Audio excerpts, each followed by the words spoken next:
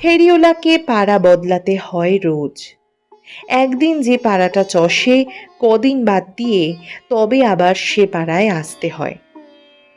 সকাল থেকে বৃষ্টির কৃপায় বিশ্রাম পেয়েছে।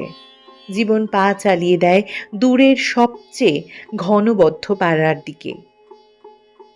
ওখান থেকে বাজার খানিকটা কাছে হয়, কিন্তু সেজন্য কিছু যায় আসে না।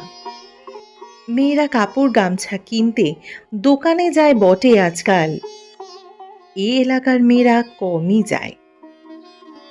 বসতি খুব ঘন, গাদাগাদি করা মধ্যবিত্তের অনেকগুলি অন্তঃপুর।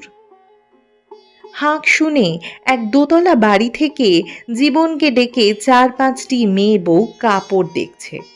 বাইরে আরেকজনের ডাক শোনা যায়, ছিট কাপড়, সায়া ব্লাউজ চাই।